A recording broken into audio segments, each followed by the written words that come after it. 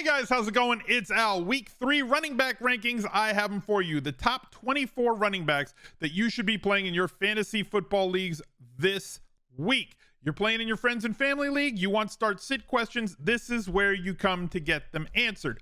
If I have a player ranked above another player, I think you should play that player. So I know that I get a lot of start sit questions in the replies down below. Most of them can be answered on this video very simply.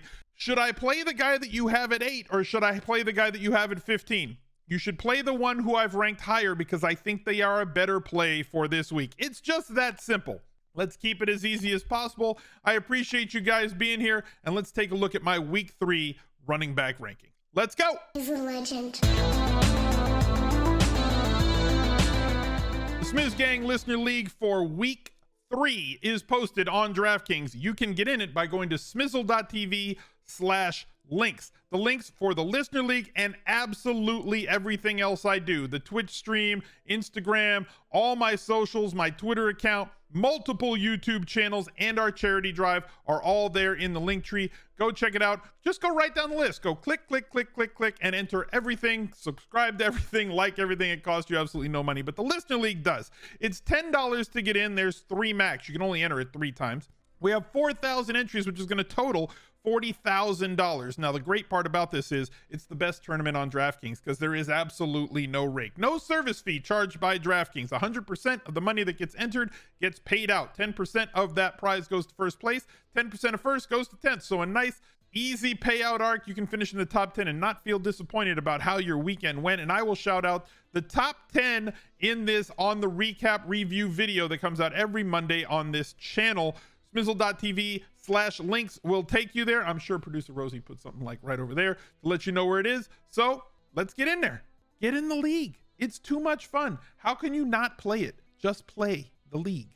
Taking a look at the rankings for this week, I'm going to go somewhat quick through the top 5. I don't even feel like I need to do much analysis for some of these guys. They're all just really good. Christian McCaffrey, number 1. Jonathan Taylor, number 2.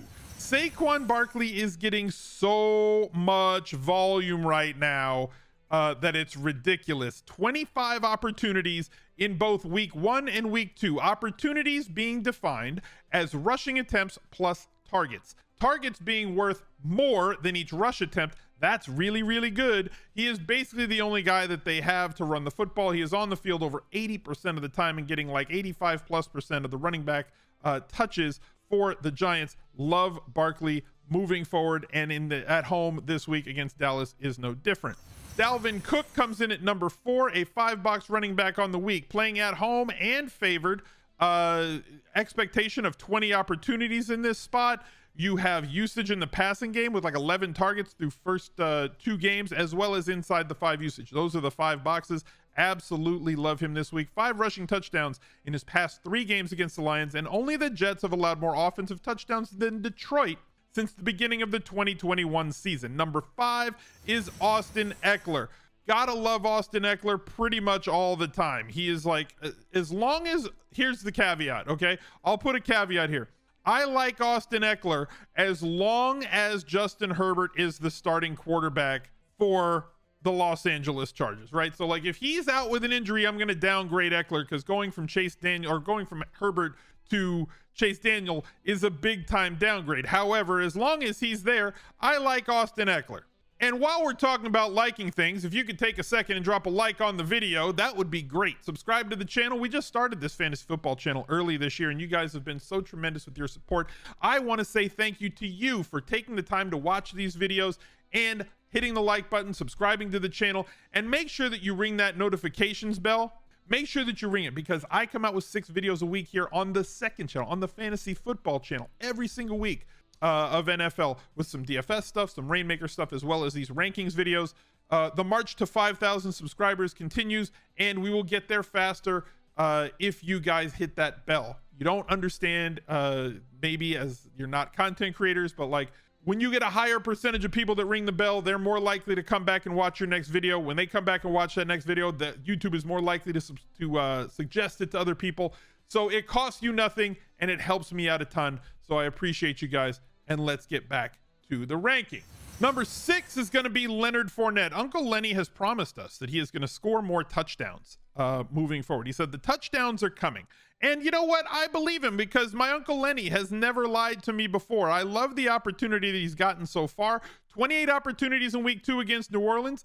23 opportunities in week 1 against Dallas. The touchdowns will come over time, especially because he is basically the only guy in town. I know they have Rashad White. I know they have Gio Bernard. Everybody's worried about these guys that aren't getting on the field for Tampa Bay. It comes down to trust. And right now, Tom Brady trusts Leonard Fournette, and he's the one that he wants in the huddle with him at all times.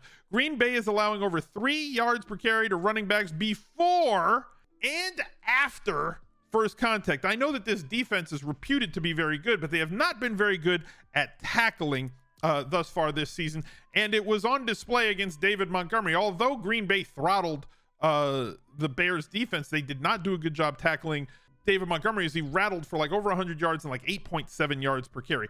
92.8% of Tampa Bay's rushing yards this season have gone to Leonard Fournette, so easy spot to get on him this week. If you drafted him in the 3rd round, late 2nd round, you're definitely starting him. You're starting him over some people that might have bigger names, like Joe Mixon, who is also a volume hog at this point in the season. We love to see that. That's what you want out of your running backs. You want to get guys that are on good offenses, and Cincinnati does project to be a very good offense. They're playing against the Jets, who could be without Quinnen Williams this week. Left the last game due to injury. He is a great run stopper for the Jets. This is a spot where Mixon could go completely wild. 19 carries, 4 targets in week 2 against Dallas in a game that they were trailing, and 27 carries and 9 targets in week 1. Now that week 1 volume is off the charts because like they ran 100 plays, and usually a team like the Bengals is going to run like 70. So they got like 50% more usage that week than they normally would have, but like 20 plus touches basically all the time incoming for Joe Mixon and increased usage in the passing game. Nick Chubb is my number 8 on the week, coming off of a really good game, 3 touchdown game. We're not going to mention the fact that maybe he should not have scored that 3rd touchdown. If he had fallen down, his team might have won more, but like, I don't care who wins the games on the field. I care about my fantasy teams, and I care about my daily fantasy teams. And that was really good for us as fantasy football players, but it was really bad from a real life perspective. Nick Chubb is an absolute stud, one of the best in the league, top 2 in the league, him and Jonathan Taylor at big splash ability at the running back position. He is somebody that you want to roster pretty much all the time. Derrick Henry coming off of a couple of bad games. I'm not buying this Tennessee offense with where it is right now, and coming off of a big foot injury, it's tough to feel good about the price that you paid in ADP for Derrick Henry, unless he slid all the way to you in the 2nd round, which he was not doing. He was gone by like pick 8 or 9 in all the drafts that I did this offseason. Derrick Henry is at 9, but like he's hanging on by a thread. This is not a place where I'm super confident in Derrick Henry moving forward. He's got to get himself into the end zone, which he did against the Bills, but like the big man's got to rumble, and it's very hard to do on that Titans offense right now. We're doing this fundraiser for No Kid Hungry. I'm reminding you of it on every video because it's super important. There are kids that are food insecure across America, and No Kid Hungry does everything that they can to provide school breakfasts and lunches, as well as at-home care to these food insecure kids everywhere.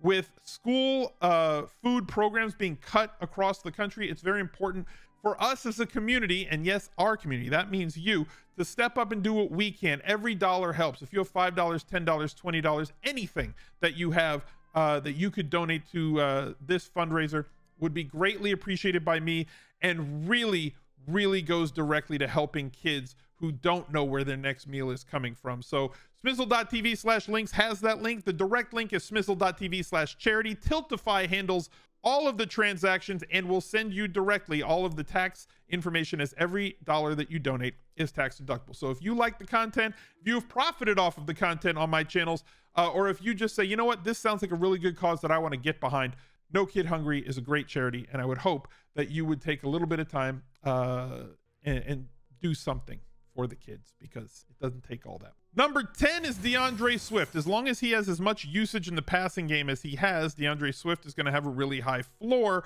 Albeit last week he came into that game reputedly dinged up, and he ran the ball about based on that injury report, right? He only had 5 carries. Williams carried the ball a ton more than him. They were somewhat protecting, but he still had 5 targets. He still had a 50-yard run in this game and 87 yards from scrimmage and scored a passing touchdown. So like, even if you played him in your season-long league last week, he did fine. He had 16.7 PPR points. It's not a spot where it was bad for him, even though it was kind of a questionable start once the weekend got here if you had other options. But if you were stuck with him, he paid off just fine. Antonio Gibson comes in at number 11 for me.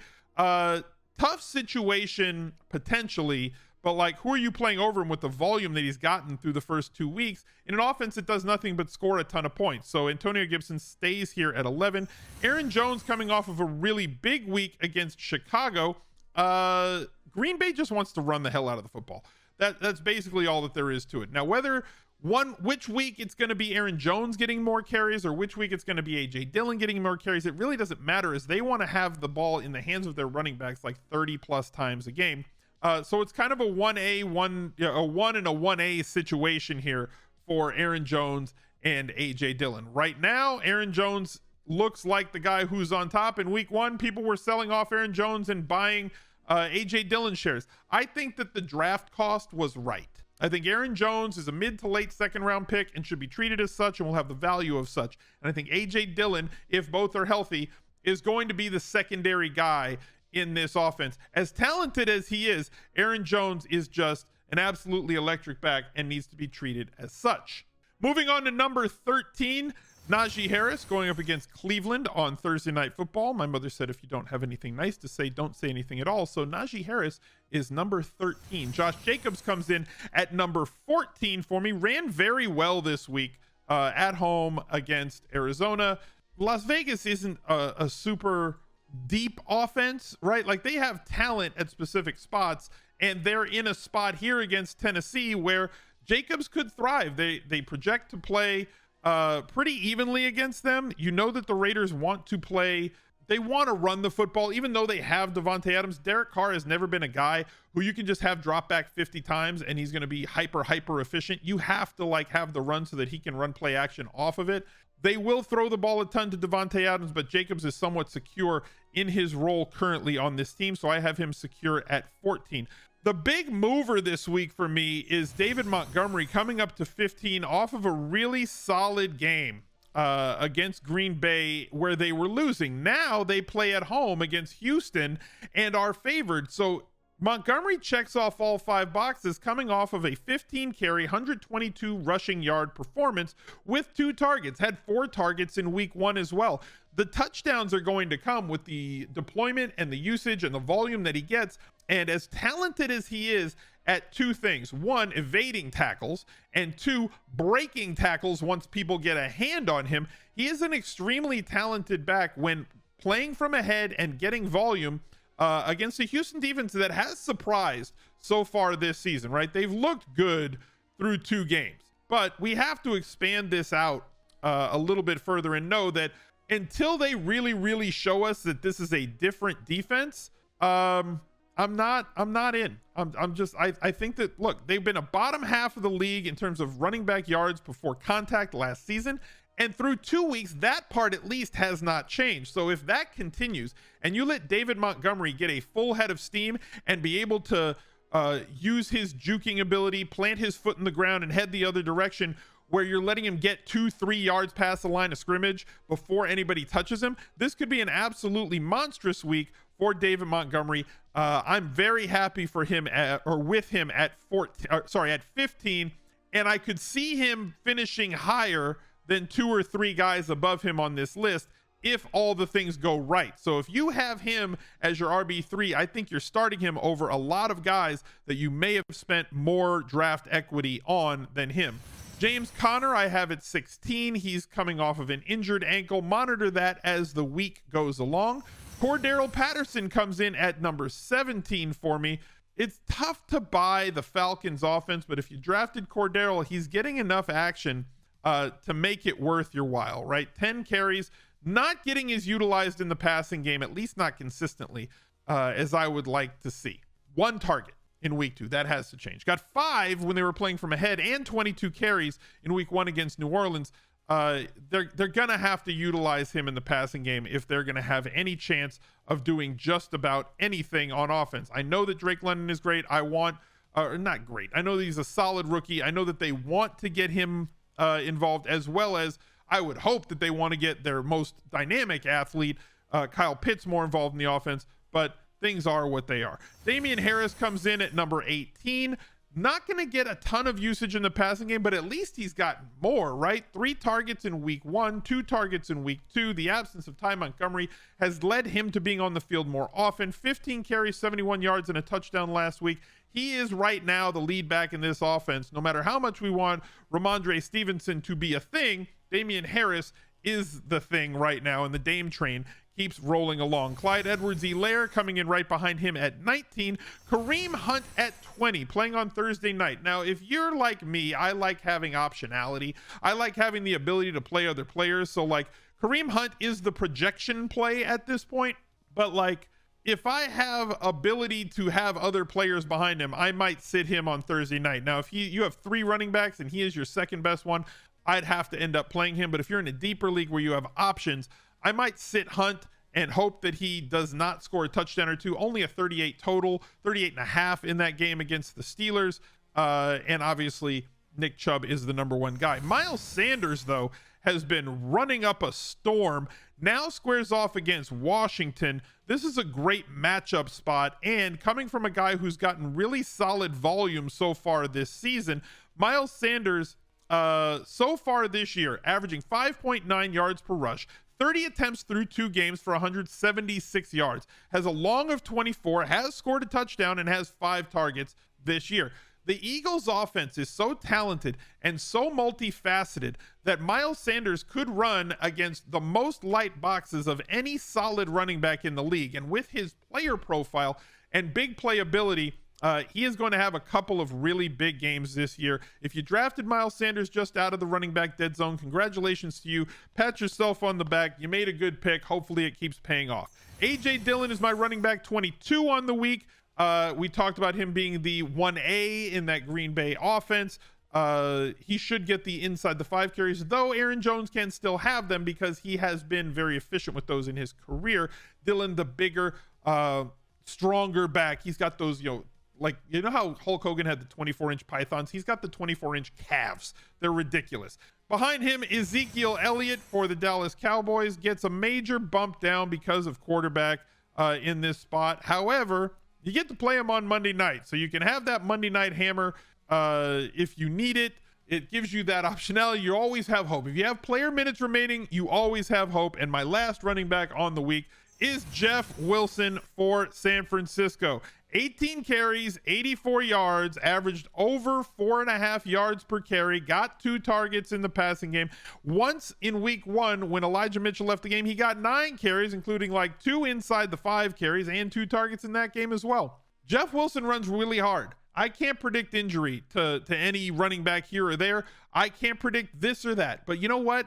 We know that Jeff Wilson was the next man up. So all of the posturing and all of the information about, well, this guy I might like better and this guy I might like here, like, the answer was always Jeff Wilson. It's still Jeff Wilson now. He comes in as my final running back 2 on the week. And if you picked him up off waivers or if you drafted him in best ball, congratulations to you. You have a very solid running back sitting here and should be a starter for you this week. If you're deep enough to have him in flex, you're probably winning a lot of games. I wish you the best of luck this week in your fantasy matchups, and look out for another video right there. He's a legend.